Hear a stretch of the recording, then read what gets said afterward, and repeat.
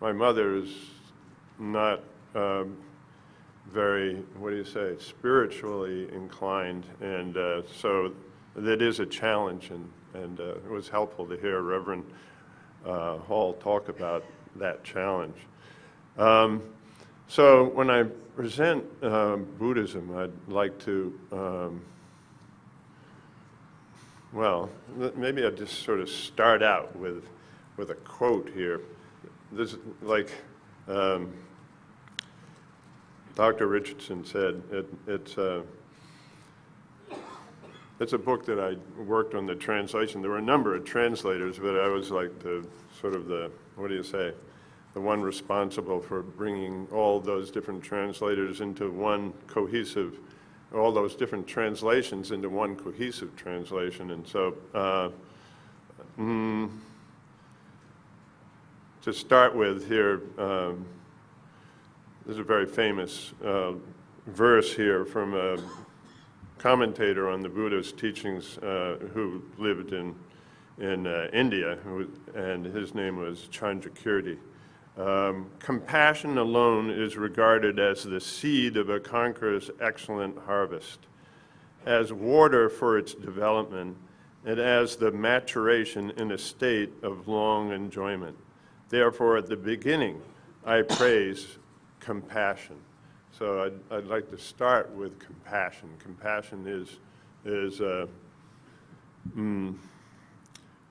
well, like it's the foundation of Buddhist practice. So when you're dealing with a Buddhist, then hopefully they value compassion. Whether they've internalized that value or not is always open to question, of course. So then, what do we mean by compassion? Compassion starts with connecting with everyone, and everyone means every human being. It means every living being, every sentient being. We say everybody every being in existence that has some kind of cognitive or knowing ability. And so that means like, it seems like it probably means from an amoeba on up. You know, it's just a single-celled creature like an amoeba. So,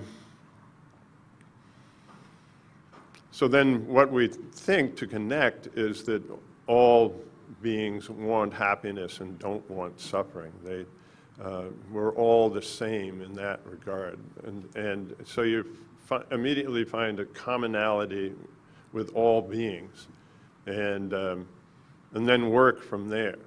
And so then there's this understanding that we're the same in that respect. And other than that, we're wildly different, of course. And so then, but if we look at the commonality, then we have a connection. We make a connection with every living being. And then once you have that connection and build on that connection, you have a feeling of being unable to bear others' suffering. At the sight of their suffering, you find it unbearable. You have to respond to that suffering. And that's what compassion is. Compassion is the wish to free somebody from their suffering. So it arises from this connectedness and this, what should we call it, unbearability of suffering. And so it comes to the point where your suffering is my suffering. That's what we're talking about. So then,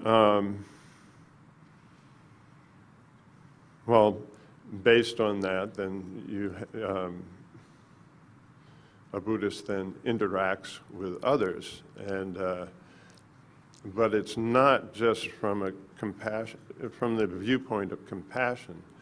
What has to be brought in as well is what we call there's different ways of calling it. Wisdom is maybe the easiest way to talk about it, and that's the translation term that we chose in this book. But it also means like a discerning awareness. You're really trying to discern what, differences in trying to come up with a what do you say, a good choice, maybe we could say. So, so then the other part of being a Buddhist in my tradition is that you're cultivating this wisdom. And wisdom comes from dealing with having a realistic perspective of what's going on with ourselves and the world around us. And so the Buddha pointed out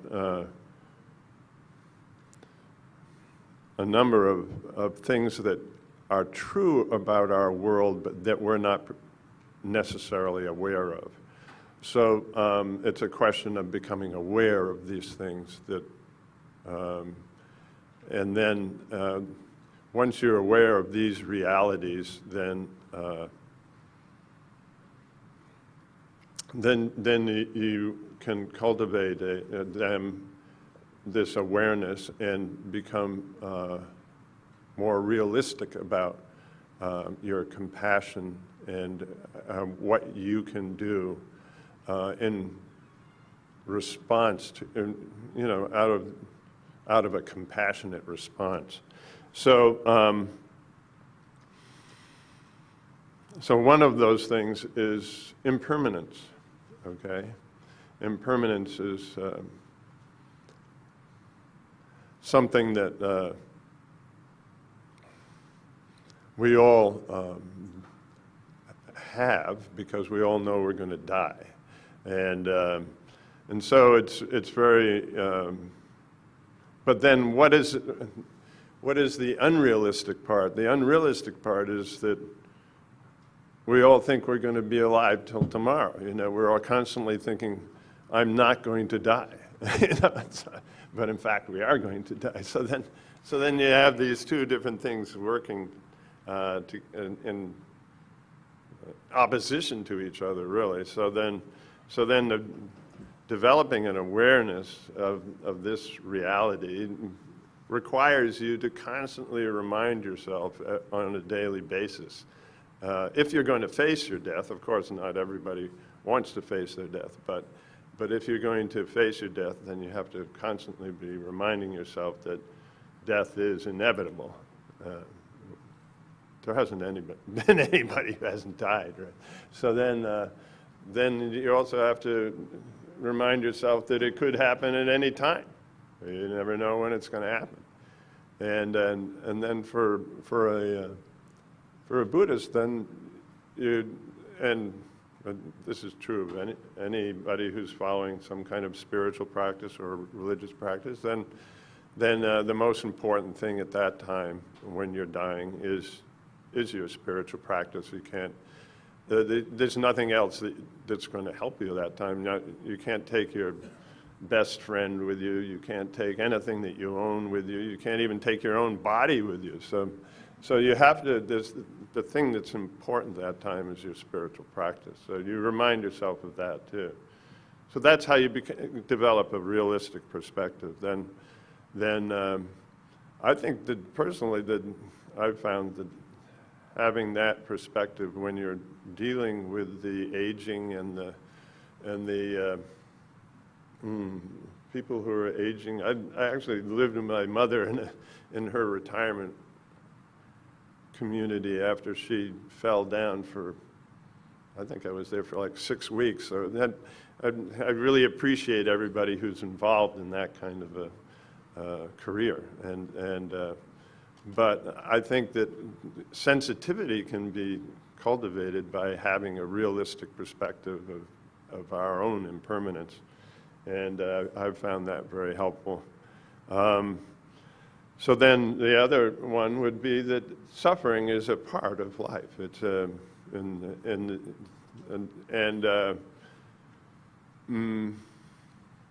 And that's in opposition to this, to an unrealistic perspective, and from the Buddhist perspective anyway, that life is just a bowl of cherries, or, you know, everything's wonderful, you know.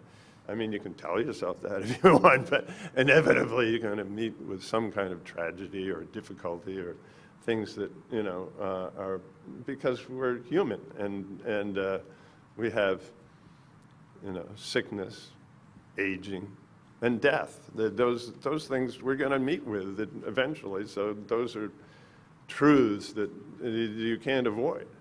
And so then it's very important to have some kind of a spiritual practice when you're facing those things. And as Reverend Hall was pointing out. And so then how would that figure into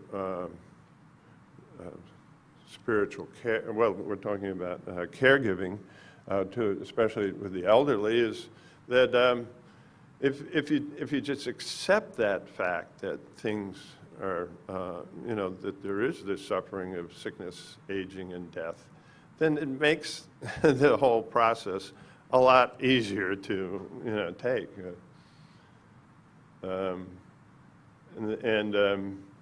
You know, dealing with my mother, as I say, her life would be a lot easier if she just accepted this fact. And some people resist that fact, and it's very difficult for them. Then the final one that I want to bring up is the idea of interdependence. Okay, the truth of interdependence, and again, Reverend Hall, I was quite pleased when he said about himself that he was just looking forward to bringing what he knew about Alzheimer and caregiving into this organization with the help of my staff. I mean, you have to recognize that we don't do things all alone in some kind of independent vacuum of some sort. And this is an unfortunate misperception that's promoted by our society, that we're all individuals and we're somehow, you know, we're very independent, we can do everything on our own.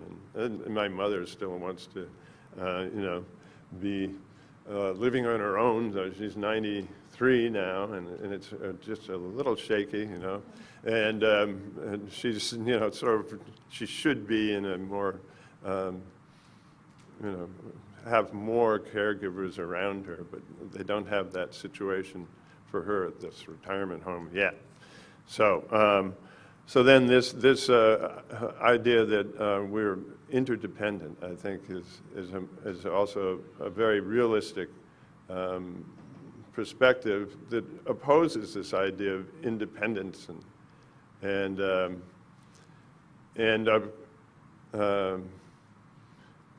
even, you know, we're trying to say, oh, of course you're independent and everything, and you should live on your own and so forth. But I mean, to point out to the person how she's totally dependent on the whole retirement community there, and they're totally, you know, in touch with every move that she makes every day, you know, and that you know, she's not, you know, really taking care of herself, which she perhaps, you know, might think. So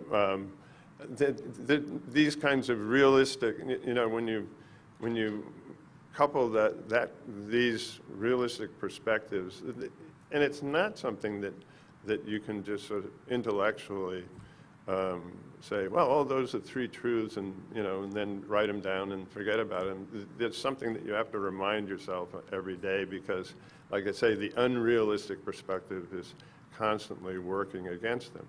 So then you have to be counteracting them.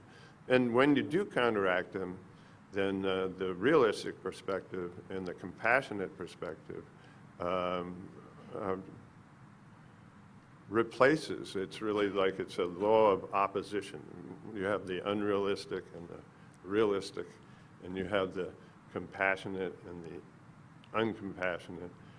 If you're always working at those, that's what a Buddhist is internalizing those truths and trying to work at them on a daily basis, and to just enhance them and try to encourage and try to oppose their opposites as much as you can, and hopefully by the time you're ready to leave this world, that you've, you know, and what do you say, develop some kind of transformation that will, and then the Buddhist belief would be that you could continue that in your next lifetime. You would go through to your next lifetime and then be able to continue with that.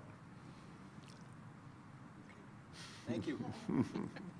Rabbi Agoff.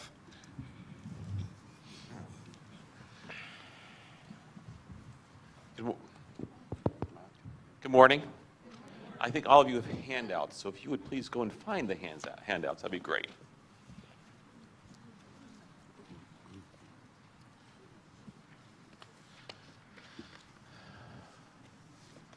So I just want to pick up on something that Reverend Hall said this morning about don't proselytize, and I was thinking about that a little bit because I think that proselytization is not just in terms of faith, but it's also in terms possibly of worldview and cultural expectations. And I have devotions today at 9 a.m., so I'll get rid of that right now. Hopefully lunch won't pop up at some point. There we go. Thank you, Alan. But when we think about proselytizing, one of the things that it's proselytizing, I think, is this idea of what it is that we bring into the room and do we leave that behind, and whether that's our faith or our values or our judgments or how we see others or the world. Sometimes we walk in, we find things that are just drastically different. It may not even just be faith. I mean, we could have the same faith, but one person will say to me, I don't believe in any of that. I played baseball. Another person will say, God walks with me. They're both Jewish. They're both Jewish. So the gentleman pictured up here is Abraham Joshua Heschel, Zichrono Livracha, who wrote The Sabbath, which you may be familiar with. And he actually has probably written a lot more about aging in the middle of the 20th century than anybody else has. And so I'd like to just start off, and I want to do this a little bit more interactive, so if I could ask somebody to please volunteer to read. You can either read from the screen or from what's in front of you. What we owe the old is reverence, but all they ask for is consideration, attention, not to be discarded and forgotten. What they deserve is preference, yet we do not even grant them equality. One father finds it possible to sustain a dozen children, yet a dozen children find it impossible to sustain one father. Are you feeling this? Okay, all right. So I want to kind of base everything I talk about today on the word shalom. And shalom, people say, well, that means hello, goodbye, and peace. But beyond that, it also has the ideas of wholeness, which is really what I was asked to speak to today, is Jewish perspectives on wholeness. So it comes from the Hebrew root shin lamed mem, and indicates the idea of just completeness. So in Hebrew, if ani mishalem, if I pay for something, I'm literally completing a transaction. You feel whole because you have received what you believe you need to have in the exchange. I'm whole because I've agreed to exchange whatever it is for you, and therefore we both walk away with a sense of wholeness at the end of the transaction. So it's that sense of things are complete. They're together. They make sense. Everything's good with that. So in Jewish teachings, there's this idea of finding shleimut. And shleimut is to align ourselves with mitzvot, commandments, and to find ourselves, as Abraham Joshua Heschel once said, it is not enough for me to ask questions. I want to know how to answer the one question that seems to encompass everything I face. What am I here for? Shleimut is found in how each of us answers this, regardless of our age, religion, socioeconomic background, cultural backgrounds. What are we here for?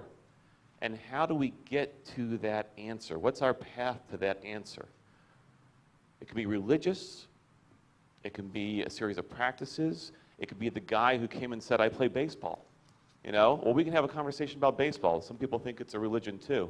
And that can be a process of how he makes sense of the world. So, and our search for meaning is tied to Torah. So when it comes to Torah, Torah is an interesting word. Torah can mean the scrolls that are sitting in the ark in here. Torah can also mean every single piece of Jewish teaching ever taught, including what happens in this room right now. Okay, that's the expansiveness of the word. So when somebody says the Torah, it means but if somebody says Torah, it can really be, you know, anything of Jewish teaching, Jewish current conversations. All of it's kind of this idea of an ongoing conversation. And that, again, is the idea of the completeness, the wholeness. As we age, we don't stop the process of studying. We don't stop the process of engaging with the conversation that has been the conversation of Jewish history since Sinai until this particular moment. And Sinai, at some level, still is hovering over us, and we're still in the shadow of the mountain, even at this particular point in our existence today. So just to kind of just drive this point forward, can I have another volunteer or two? Please.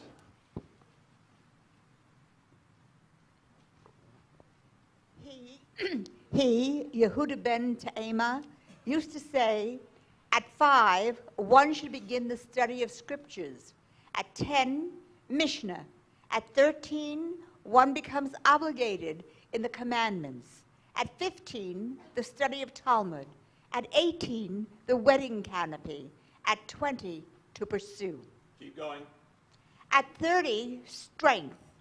At 40, understanding. At 50, counsel. At 60, old age. At 70, fullness of years. At 80, spiritual strength. At 90, bending over. At 100, it is as if he has died and passed on from the world. So this is from a vote, which is roughly 200 CE. So what does this text teach us?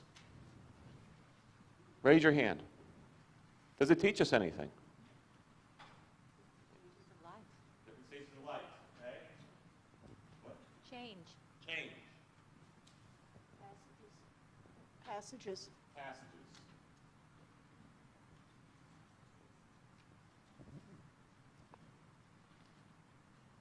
Continuity of growing. Continuity of growing.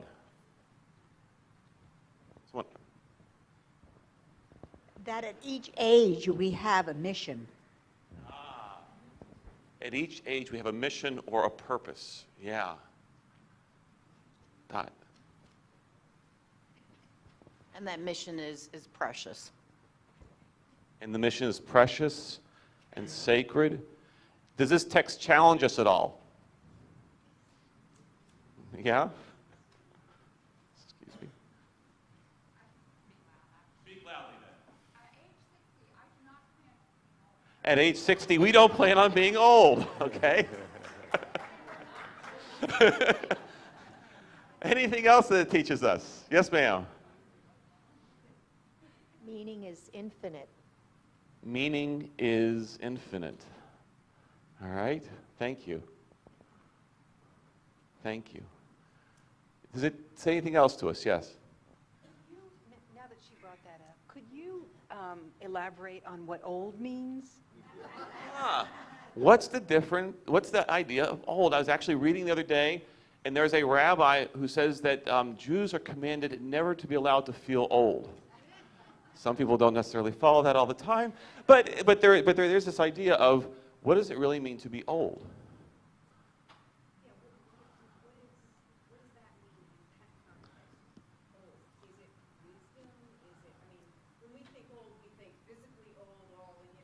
We think physically old, right? But if I sit, but when I sit and I watch people who play volleyball with the balloons and they're having a blast, or you begin to watch somebody who's dancing out in the middle with their walker, is that person old? No, they're having a great time. At some level, it's gone. So the question, what does it mean to be old? In American society, which again brings in the cultural piece.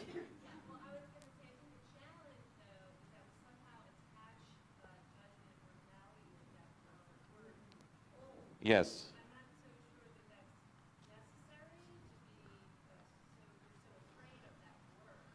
We're afraid of the word old, and we attach a value to it, which may not necessarily be so healthy. Okay? All right.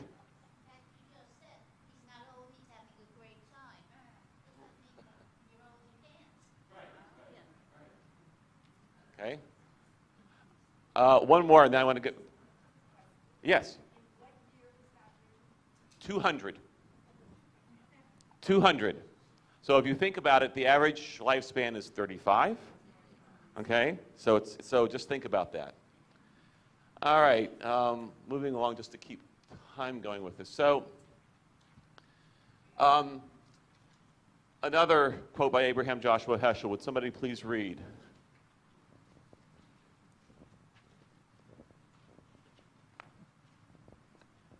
Jewish view of aging in a society. A test of a people is how it behaves toward the old. It is easy to love children. Even tyrants and dictators make a point of being fond of children. But the affection and care for the old, the incurable, the helpless, are the true gold mines of a culture.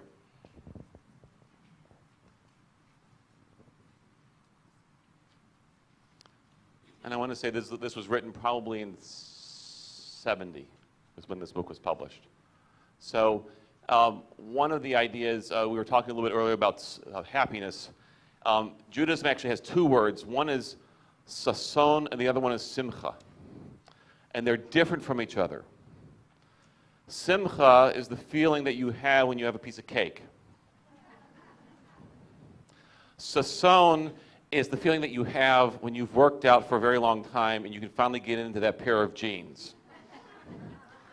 It's two different understandings. And so going back to what we're here for, or the purpose, is much more aligned with the idea of sason. What is it, the enduring understanding? What is it that grants us satisfaction? What is it that speaks to our meaning that we carry within us? Whether that's a religious meaning, or a social meaning, or a cultural meaning, or a national meaning. What are those meanings that we carry with us? Because still, we carry those regardless of how old we are.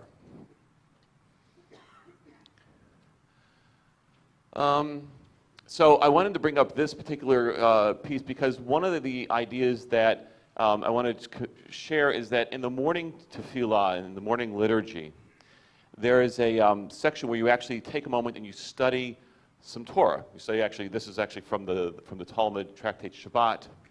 No, this is not from Tractate Shabbat. What I'm about to say is from Tractate Shabbat. Thank you.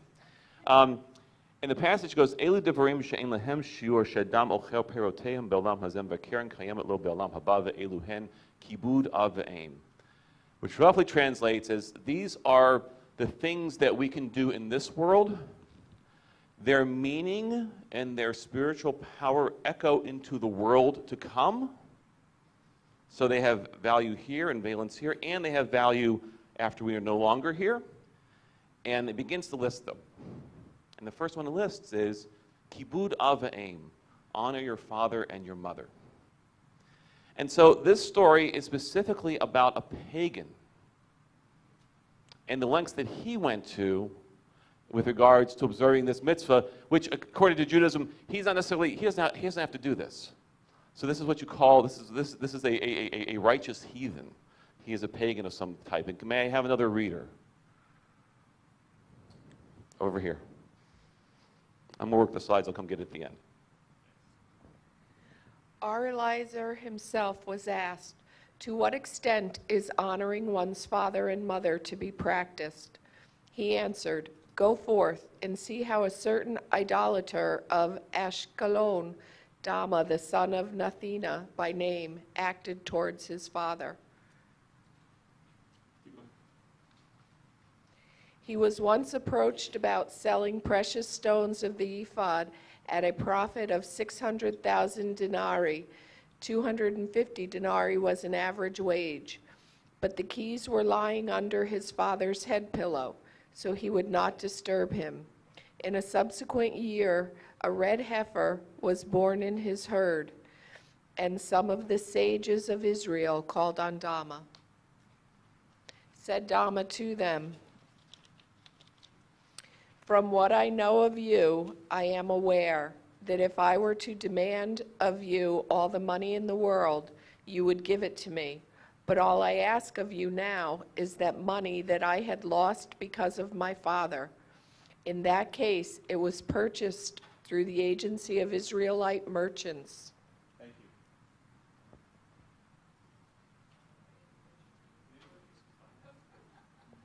So, Jews, I think, see wholeness and aging as more than just a Jewish value. It's one of the vital components of a society.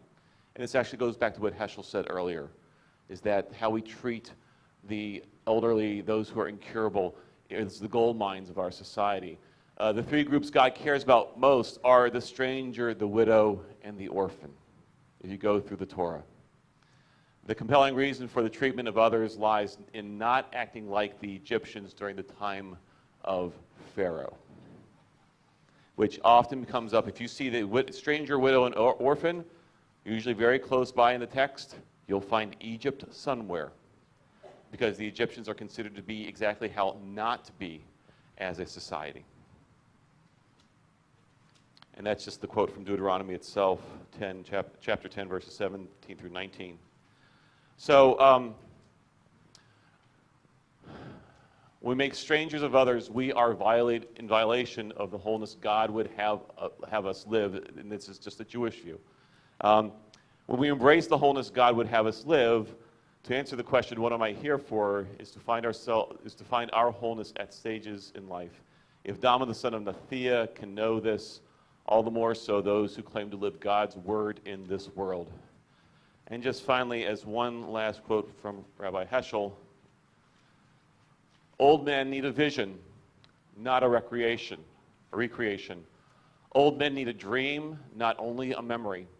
It takes three things to attain a sense of significant being: God, a soul, and a moment.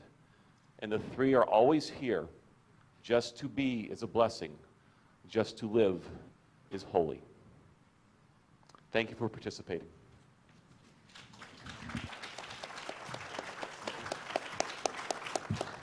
Before I open this up for questions, I'd like to see if either one of our panelists would have a comment on this.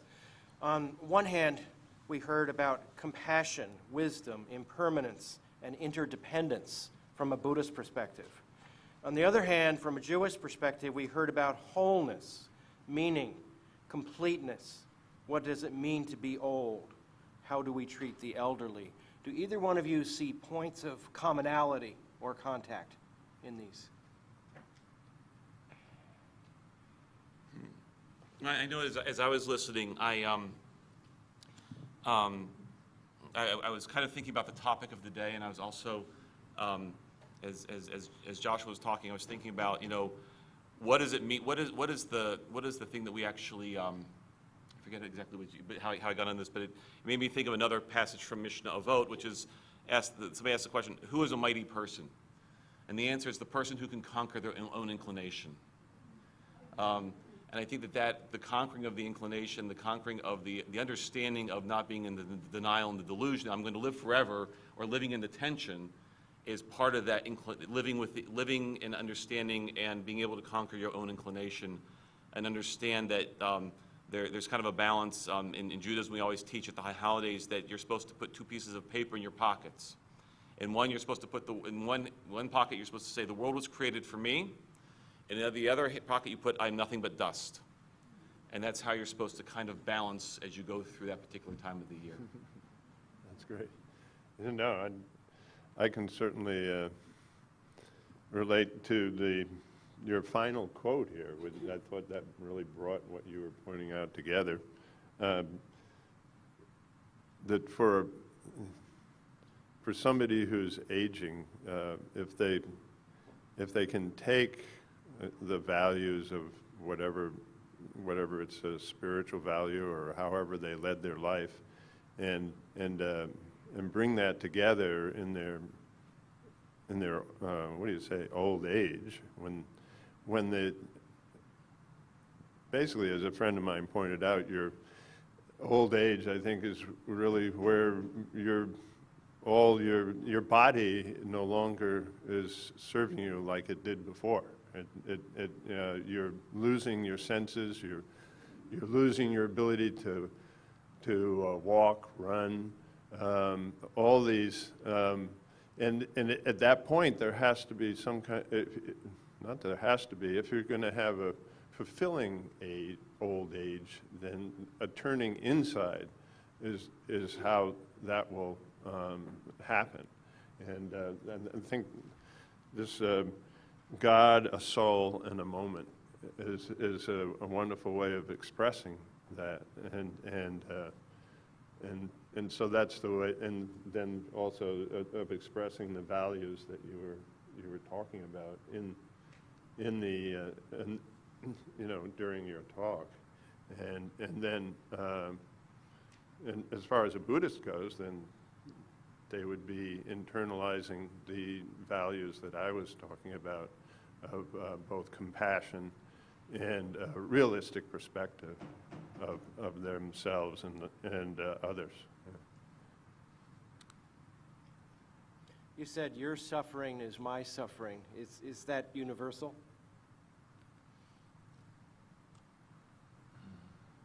Your suffering is my suffering.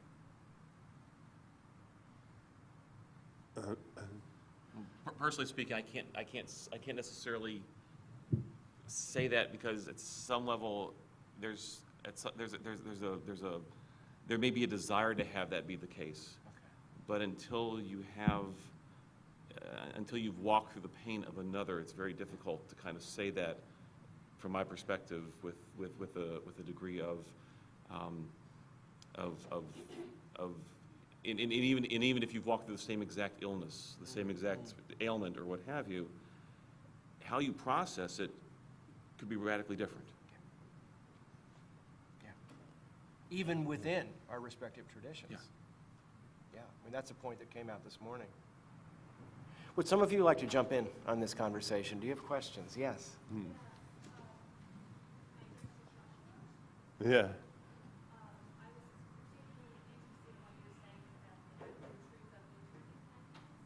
About this, sorry?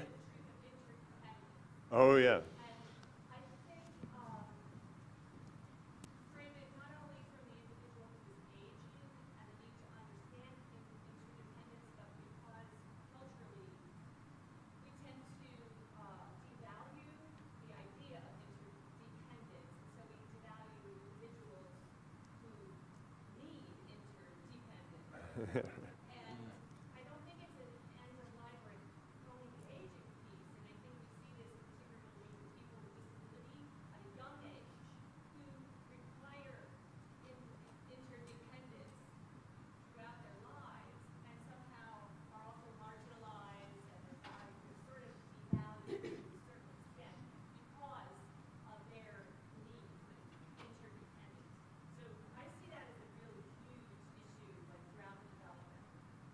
Yeah, no, that's His Holiness the Dalai Lama points out that in our youth we're very dependent upon others, and then there's some point where then we feel that we're not dependent on others, and then in our old age again we recognize that we are dependent on others, and then it's the in between where you're sort of like not having a very realistic perspective, because in fact.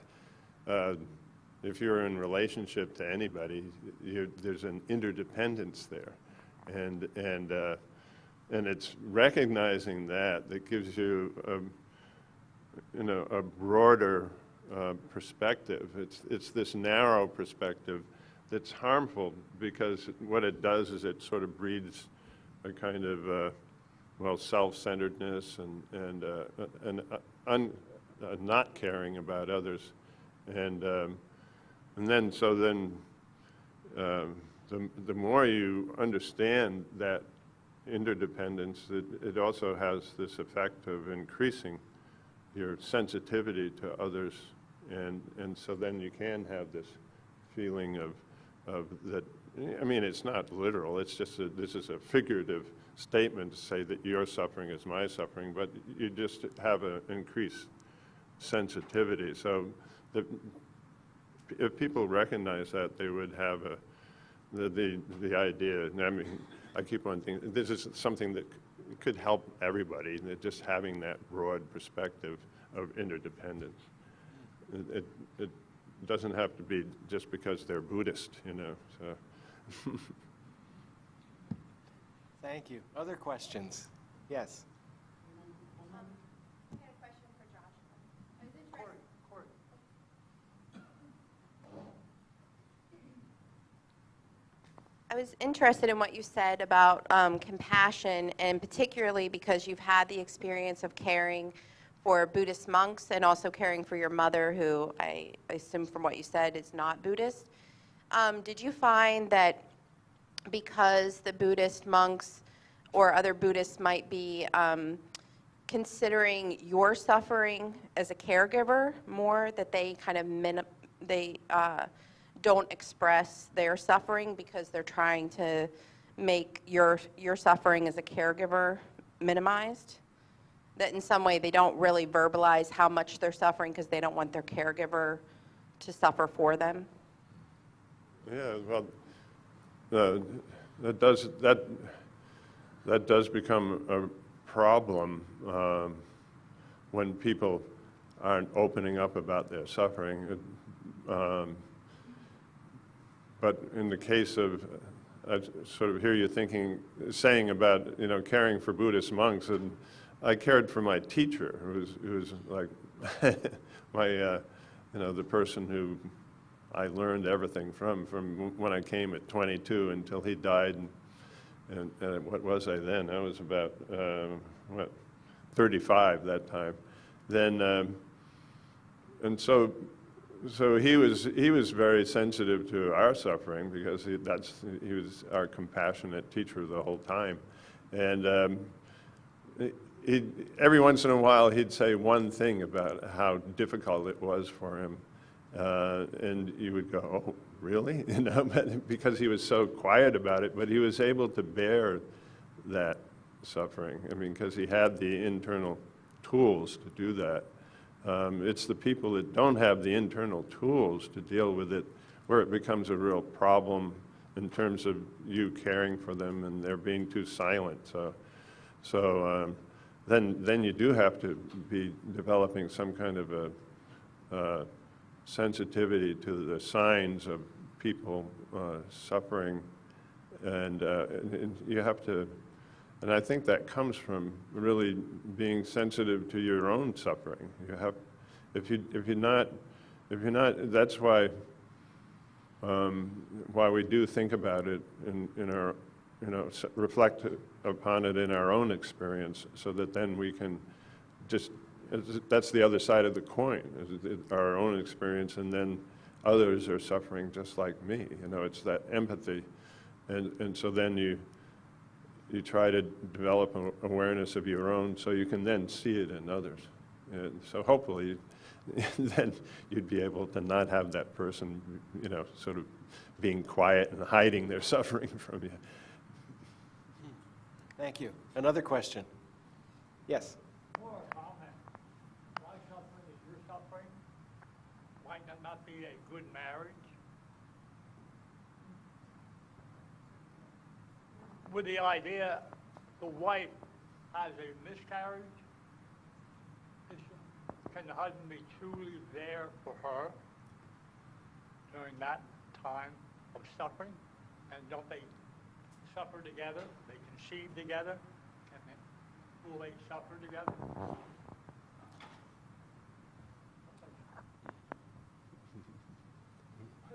Well, having unfortunately walked that path, it's, I think that the grieving that goes on is just different. And that's just from my own experience. There's a grieving that goes on that's different between the different paths that a man and a woman walk at that particular time. Actually, one of the contributions that I made to the new Rabbi's Manual is the liturgy that I wrote for the burial of an infant, because of that particular point. And that's I think it's that the event and the loss is shared, and at the same time the idea that two people are experiencing it the same way is just even at that particular point, it can't be really experienced the same way. Thank you. Somebody else, go ahead.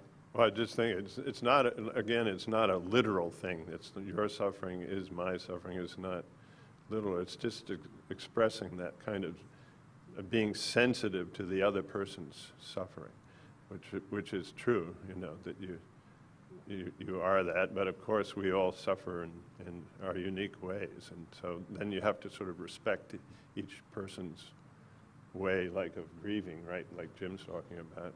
That's very necessary. Yeah. Thank you. Somebody else?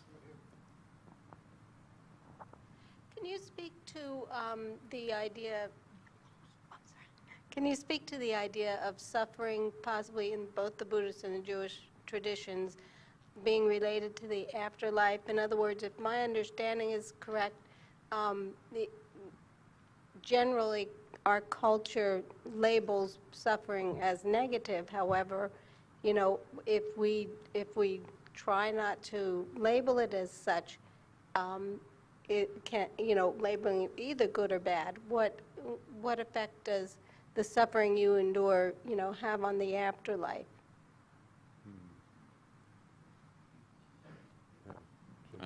There is no connection in Judaism between suffering in this life and going on to the afterlife. The idea is that if there's a medication or something that can help to prevent suffering, then it should be used. It needs to be used, and it's acceptable for it to be used in whatever level, because there's no buildup of any type of sacred reward for enduring suffering in that sense, especially medical suffering. Yeah, when Buddhists talk about suffering, you have to put it in a context, because just thinking and talking about suffering without understanding that there's a way out of suffering would just be very morbid. And so then there's a way out of suffering, and so then the recognition of suffering, which I just sort of touched on the very surface, there's very refined ways of recognizing suffering in Buddhism, is a motivator for then overcoming suffering. So that if you're aware of your own suffering during your lifetime, then it would affect how you then are in your next lifetime. You would be, you know, it would motivate you to be more compassionate, for instance. You would recognize others' suffering, and it would also increase your what do you say, desire to get out of suffering, which would then increase your compassion for others who are suffering. So it's that. In Buddhism, it's not like the afterlife is just one. It's one after the other, and you're trying to become perfect, to reach a Buddha's level of compassion, which would be like limitless compassion. So you're increasing your compassion from one life to the next. Well, speaking from getting from one life to the next, it's dependent on lunch, isn't it? So as I have this awful job as timekeeper, we probably have time for one more question, if anybody has one. There's one gentleman over here who had a question. Joshua, you began by saying that all religions are not the same. There are definitely profound differences. Sorry, say that again? You began by saying that to simply say that all religions are the same, there are definitely profound differences. And you made a really good statement. You said you can find commonality between. My question to the two of you would be, what are your commonalities? Commonality, and are we talking about commonality in religion, or Well, let's say the did I hear you commonality in religion, or did you say commonality between all between the beings? two of you specifically, Oh. and your beliefs and your values. And our beliefs and values, yeah. Well, How much time do we have? yeah, no, in a nutshell, we're seeking to become better human beings by using whatever advice and techniques that our religion can offer us. That's the way I see commonality. I kind of walk in with a little, my feeling is that for the most part, no one person's religion can actually encompass the sum total of the human experience. I think that often the human experience outstrips either religious teachings or religious knowledge at particular times, which is why people sometimes begin to pull from other places. So I kind of boil things down that the commonality that I see not only between us, but I think between anybody is that our religions are the practices that we use to try to kind of uncover the meanings in our lives. When we get to the point when I said, please don't proselytize, but I think that sometimes we believe that our religions contain the sum total of all the answers. And I'm kind of reminded as I sat in services this morning, as the cantor chanted, Mi kamocha be'elim Adonai, who is like you, God, among the gods that are worshipped. In ancient times, while Judaism is considered to be the monotheistic religion, there was not necessarily a denial that pagan prophets such as Balaam or other foreign kings such as Elimelech would actually have an ability to have a relationship with God and speak to God, even though they were not identified as Jews. Very good. That's very good. Thank you. Can we thank our panelists?